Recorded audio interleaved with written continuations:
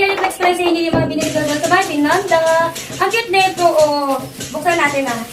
Ito yung lalagyan ng bigas daw. Ang bili ko dito ay 980 yan, pero kinuha ko 900. Ayan, meron pa siyang, wow, may ganyan siya. Yung mga naman niya. Yung 900, may, ayan, oh, ganda. May gold bar, may ganyan. Wow, dollar pala to, bihira to. May bihira $3. Tapos may ganito siya. Meron din ganyan. At, ayan, stick fortune yan.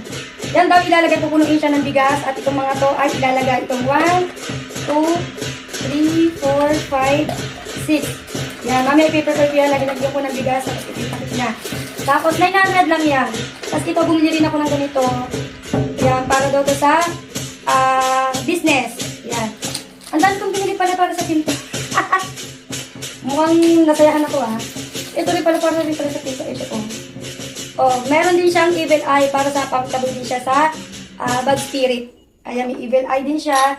Tapos, meron din akong binili yung mga keychain. Ayun. Ito, abacus. 50 pesos lang itong abacus na ito. Medyo may kabigatan din siya.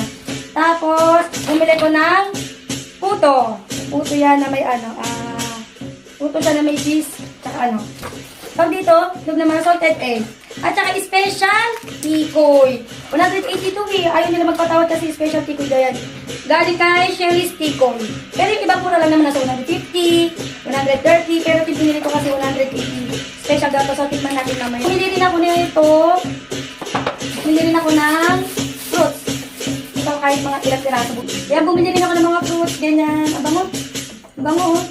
Tapos, bumili ko neto. 5 to, bibigyan ko yung, gusto ko yung giveaway to. Bibigay ko to sa mga maraming share aking video.